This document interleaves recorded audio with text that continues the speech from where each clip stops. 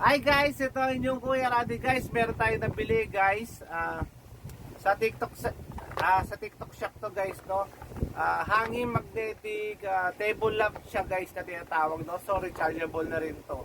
So check natin kung gaano kaganda tong magnetic hanging LED table lamp, no. So check natin, no? Tignan natin kung maganda talaga.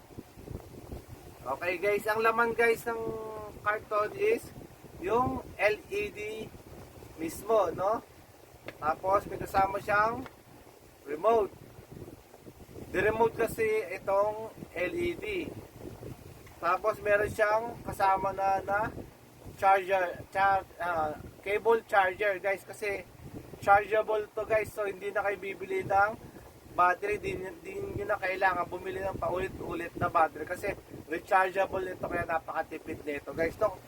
Kaya napakatipid nito guys kasi akalain mo ba na 3 watts lang to guys, and 5 volts plus ang kagandahan pa syempre hindi ka bibiguin nito sa battery nito kasi 1,800 milliamperes ang kanyang battery, kaya napakatagal bago malobat, no guys. So ito guys, no, ito yung ating LED. Tapos manual lang kasama, so basahin nyo na lang guys. Meron yung nakalagay dyan, bahala na kayo magbasa. Tapos ito yung guys magnetic guys, no. So kung gagamitin nyo siya guys sa kahoy guys, ito ang kailangan nyo. So may adhesive siya sa likod. So ganito yan guys, no. So itong maliit na to guys, gagamitin nyo ito kasi magnetic yan guys, oh. So kung kakabit nyo siya sa kahoy, pwede siya, or kaya sa bato, no. Kunyari wala kayong bakal na paglalagyan, ito guys kasi may bakal na siya kasama, may adhesive yan sa likod. So tanggalin nyo lang guys, idikit nyo sa kahoy, yan, ganyan. Yan, ganyan guys. Oh, pwede na siyang magamit, no. So gano'n yung purpose nitong ano na to. Tapos ito naman guys, kunyari meron ko naman kayong bakal, pag meron mga bakal, ikapit nyo lang siya guys, yan, no. Pwede din siyang gamitin, no. So guys, kung paano siya gamitin, ganito, i-on nyo lang to, yan, on na siya guys, no. Tapos may power on and off siya dyan, yan, no. On and off, yan, off nyo lang yan guys, no. So mayroon siya iba-ibang mga function. Kung gusto niyo ibang kulay, pindutan nyo lang ulit yung function ng on and off. Isang push na lagay yan, nag-iba na yung kulay. Tapos siya pa uli, isang touch uli, nag-iba uli yung function, nag-iba yung kulay niya, white yellow. And then yung isa is yun, namatay na, no. So kung gagamitin nyo to guys, itong remote niya, ganito lang din guys, no. So power nyo, yan, power yung bilog, power. Tapos yung M guys, yung letter M, yun yung function, yung kung anong gusto yung function. Kung yan, kung yellow, or white yellow, or pure na puti, no guys, yan, pure na puti. Tapos guys, yung lakas ng ilaw guys, depende yan kung anong gusto nyo. Meron dito plus and minus, no, yan ang plus and minus. Pag gusto nyo pang hinaan, minus ang pipindutin nyo. Yan, minus yun. Yan, dahan-dahan siyang humihina, no. Yan yung minus, no. Pag gusto nyo yung lakasan, yung plus, yan. Yan, no, liliwanag siya ng maliwanag hanggang ano siya, hanggang sumagad na yung kanyang yung brightness niya guys, no. So kung M ulit guys, ayan, no, naka yellow. Tapos gusto yung bawasan yung brightness niya, minus lang. Yan, mangahain siya. So tignan natin guys sa madilim kung gaano siya kalakas. So papatayin natin yung ilaw. Ayan guys, no. So liwanagan natin siya, yung plus ang kanyang, ayan guys. Yan yung sagad na liwanag niya guys. So sobrang liwanag, di ba? Tapos yung mahina niya ganito. Yan yung pinakamahina niya guys, no. Ito yung pinakamalakas. Tapos yung kung gusto niyo yung puting-puti, ayan, no.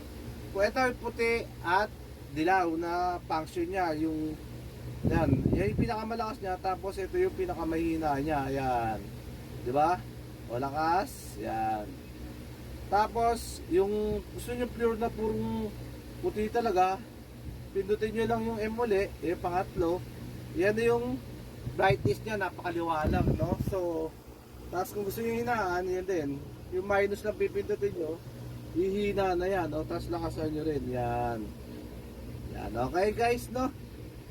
O, so, buksan natin yung ilaw para mas maganda. Okay guys, no? Kung cha-charge nyo naman to guys, kung i-charge nyo naman kunyari na lobat na guys, meron siyang indicator, no?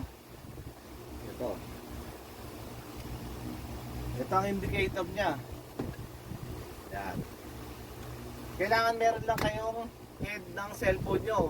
Kahit anong charger ng cellphone nyo, papasok yan dito kasi micro SD naman yan. Yan, oh. Yan. Oh, type ng cable natin is micro, hindi siya type C, micro siya. So isasaksak nyo lang yan dyan, mag-charge na yan. Yan. Yan. Okay.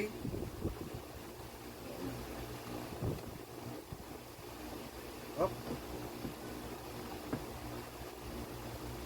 Yan. Yan guys. Pag nag-indicate na ng pula, ibig sabihin nag-charge na tong LED lamp natin, no? Pag naging green na to guys, ibig sabihin full charge na siya guys. Sa unang ano natin, full charge natin, mga around 4 hours siya bago ma-full charge, no? Pero pag ginamit nyo naman, tagal din naman, mga lampas ng 12 hours siya bago siya malobat. Depende sa brightness na ano nyo. Depende sa brightness ng paggamit nyo, kung sagad ba na maximum brightness ba yung ginamit nyo or low brightness lang siya, yung ganito. Ayan. Kung naka low brightness lang siya, yan ganyan, mas maraming mas matagal yung oras ng kanyang mas matagal yung gamit nyo sa LED na to. Tapos ayan guys, nag green na siya guys. Ibig sabihin guys, full charge na yung ating LED, no? So yan, papatay natin. Okay, yan. So ganun lang yun guys, no? Basta nag-green na siya, full charge na yan. Okay, so kung lalakasan natin. Okay na guys, kung magugustuhan nyo itong LED, mukhang pasok naman siya guys. Ayan guys, sa itsura niya guys, pagka nilagay nyo, ayan o. Ayan. Ayan guys. Pagka ginamit nyo siya guys, makatipid kayo ng kuryente. Ayan o. Pag gusto nyo medyo may hina-hina, ganyan lang siya. Ayan. Tapos pwede nyo nakasan. Ibang kulay. Ayan. Blue o. Diba? Or isa. So, depende na rin sa kung anong gusto nyo. Kung pantok na ba kayo or meron pa kayong no? Kung meron pa kayong gagawin, di brightness nyo. Diba? Kaya, kung gusto nyo, i-click nyo na yung yellow basket. Ito ang inyong Kuya Randy, paalad na hasta la vista, baby!